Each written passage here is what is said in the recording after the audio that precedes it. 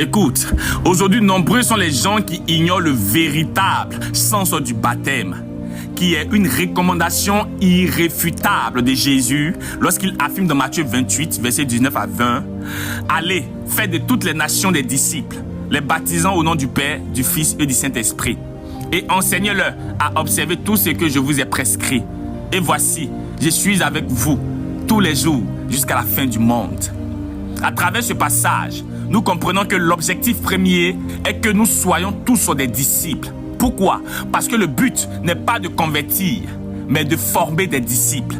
Or, si nous sommes devenus disciples, après avoir accepté Jésus, il est obligatoire de passer par le baptême d'eau. Car le baptême symbolise la mort dans l'ancienne vie, la naissance d'une nouvelle vie en Christ et entrer dans une alliance avec Dieu. Pour ce qui est de savoir si le baptême est obligatoire, je dirais oui, il est obligatoire pour toute personne convertie en Jésus-Christ. Laisse-moi te dire que la Bible distingue deux choses qui sont le salut et l'obéissance. Le baptême n'est pas la cause du salut, mais la cause de l'obéissance. En ce qui concerne le salut vient par la foi et la grâce. C'est pourquoi la Bible déclare dans Éphésiens 2, versets 8 à 9, « C'est par la grâce que vous êtes sauvés, par le moyen de la foi. » C'est la raison pour laquelle le brigand qui était sur la croix avec Jésus n'a jamais été baptisé. Pourtant, Jésus lui dit, « Aujourd'hui même, tu seras avec moi dans le paradis. » Pour dire que dans ce cas de figure, un homme peut être sauvé sans être baptisé, si et seulement si il confesse à la dernière minute que Jésus-Christ est Seigneur. Mais comme je l'ai dit tantôt, le baptême est une obéissance exigée que Jésus a ordonnée à ceux qui croient. Et cela est perçu dans Marc 16, verset 16, où Jésus dit, « Celui qui croit et qui sera baptisé sera sauvé, mais celui qui ne croira pas sera condamné. » De façon plus claire, le baptême est le premier acte public d'obéissance après la foi. Mais ce qui est dangereux, c'est refuser le baptême volontairement. C'est très grave. Si quelqu'un peut se faire baptiser, mais qui refuse consciemment, ce n'est pas un simple refus, c'est un rebelle du royaume. Jésus précise dans Jean 14, verset 15, « Si vous m'aimez, gardez mes commandements. » Luc 6 dit aussi, « Pourquoi m'appelez-vous Seigneur, Seigneur, et ne faites-vous pas ce que je dis ?» Ce qui signifie que le problème n'est pas une question d'eau, mais un cœur rebelle et désobéissant.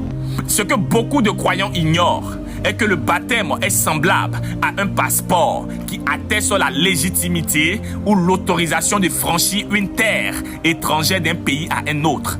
Parce que sans le passeport, tu ne seras jamais habilité à entrer dans un pays étranger. Et c'est pareil avec le baptême d'eau.